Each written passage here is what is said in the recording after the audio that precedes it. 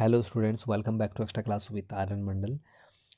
So this is part second video of chapter 19 relative clauses from your book Collins English Grammar and Compositions of class 8. Already we was discussed a lot of videos regarding your book. You can check it from the playlist of this channel and your link is given also in the description. You can check it there.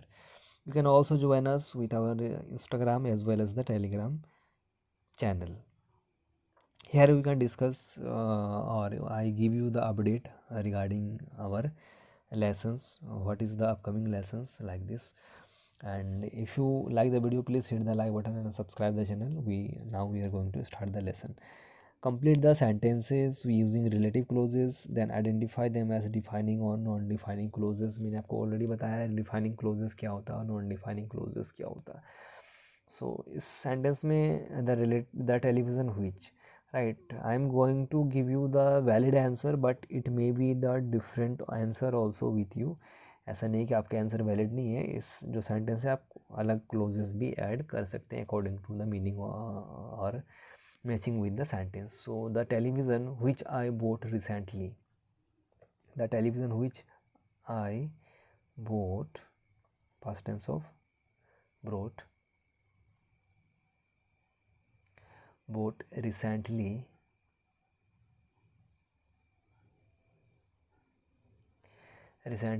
has manufactured, has multifunction.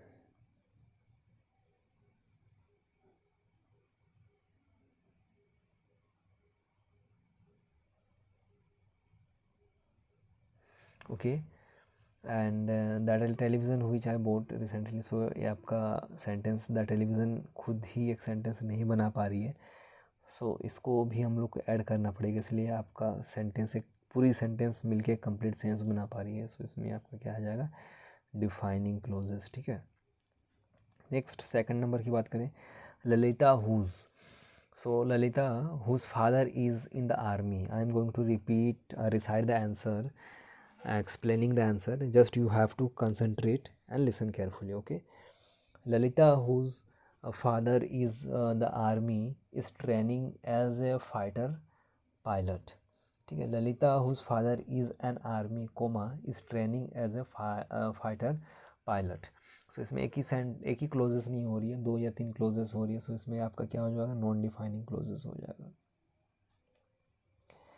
Next third की बात करें, I am looking for the lady who can show me a lovely gown. One more time, I am looking for the lady who can show me a lovely gown or clothes.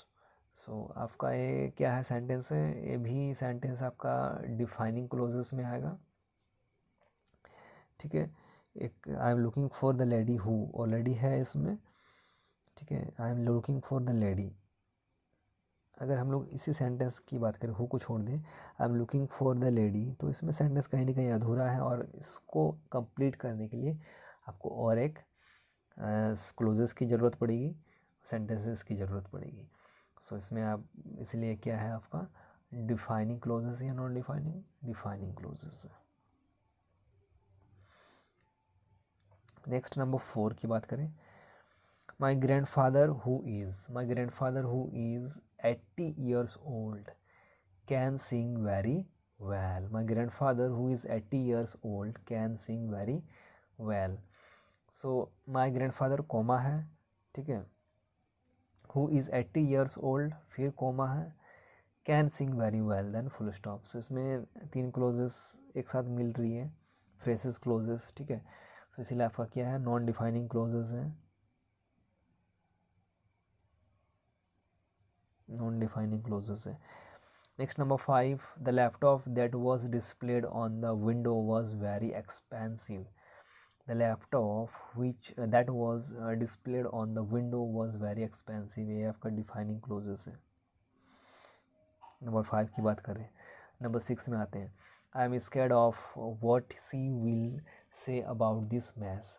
I am scared of what she will say about this mess, ये आपका defining clauses है. Next number 7, the silk scarf Soma lost was the one I had gifted on her birthday. The silk scarf Soma lost was the one I had gifted on her birthday. ये आपके defining clauses है. Next बढ़ते हैं number 8 की ओर. देखते हैं number 8 में क्या है. I spoke to the girl whose score was the highest in the IQ test. I spoke to the girl whose score was highest in the IQ test. ये आपका डिफाइनिंग क्लोजेस है. ठीक है. Next number 9, the person with whom you are talking is not to be trusted. One more time, the person with whom you are talking is not to be trusted. This also defining clauses. ठीक है. Next, she is looking for a fish. She is looking for a fish. आगे क्या sentence हो सकता है. where she can put up for the night. She is looking for the peace where she can put up for the night. पूरी रात बिता सके peacefully. सो ये सेंटेंस एक दूसरे पर डिपेंड नहीं है. I can she is looking for a piece. So आगे और क्या है. where she can put up for the night. सो आपका ये डिफाइनिंग क्लोजेस है. नेक्स्ट आगे बढ़ते हैं D part, last exercise.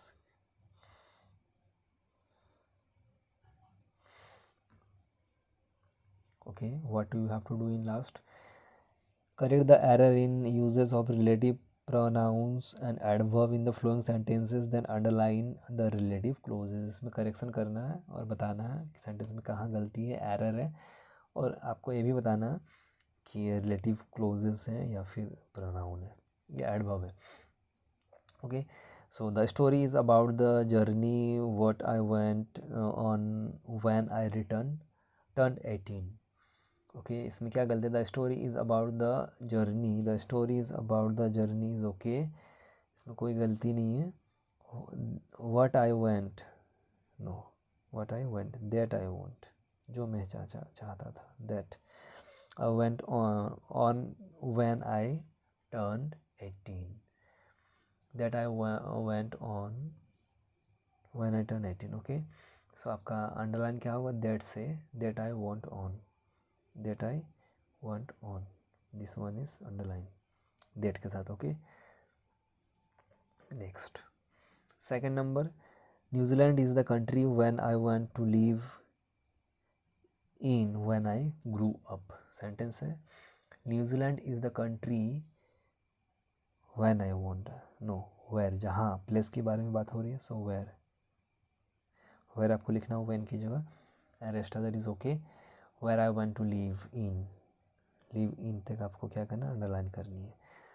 Next number 3, Arpit is the friend which I enjoy playing badminton with. ये भी सेंटेंस में गलत है. Who I enjoy, friend who, not which. इसमें आपको हु लिखना है. I enjoy playing badminton with. So ये आपका सेंटेंस में पूरा अंडरलाइन करना है यहाँ तक. Number 4, this is the reason which I have to be careful about my health. So this is the reason why, not which. इसमें आपका आ जाएगा why. I have to be careful about my health. So ये आपको पूरा underline करना. Okay, number 5 की ओर बढ़ते हैं. देखते हैं नंबर 5 में क्या है. This is the same singer who album my mother recently brought. So whose album, not who album, whose, WHOSE, whose. Okay, whose album my mother recently bought. ये आपका अंडरलाइन करना है यहाँ पर. Number next 6, Harish is the athlete which I met in the park while jogging. So Harish is the athlete whom, not which. WHOME, whom I met in the park while jogging. ये आपका underline भी करना है पूरा. Last one, Shanti is a successful business woman now but she will never forget the days where she barely earned enough to support her family. Where यहाँ पे तो नहीं आएगा, टाइम के बारे में बात करिए, कब, जब वह एक स्ट्रगल कर रही थी तब की बात हो रही है। सो वैन है, सो वैन के बाद आपको पूरा अंडरलाइन करनी है, ठीक है, यहाँ तक। So this is complete your D part, hope you understood well and don't forget इसमें क्या है देखते हैं। Relative clauses is a subordinate clause that give a specific information about a person or thing we are talking about in a main clause. It identifies the noun that come before it, ठीक है, जो nouns के बारे में और अधिक clearly बताती है उसको मोटा मोटी एक रिलेटिव प्रोनाउन बोलते हैं। Relative pronoun whom, which and that can be omitted when they are not the subject of the clause, जब वो सब्जेक्ट नहीं है सेंटेंस में या क्लोज में। Defining relative clauses use an essential information about the noun we are talking about. And next one, non-defining relative clauses give an extra information about a person or thing that does not affect the meaning of the sentence. Extra information बताती है उस sentence को जो modify नहीं करती है और कोई अफेक्ट नहीं करती है, मतलब अपने आप में फ्रीडम है सेंटेंस, इधर हम लोग इस तरह के क्लोज को ऐड करें। सो ये था आपका आज का चैप्टर, आज का lesson part second on 19 chapter relative clauses. Lot of comments I am getting that sir please make as soon as possible chapter 19 relative clauses.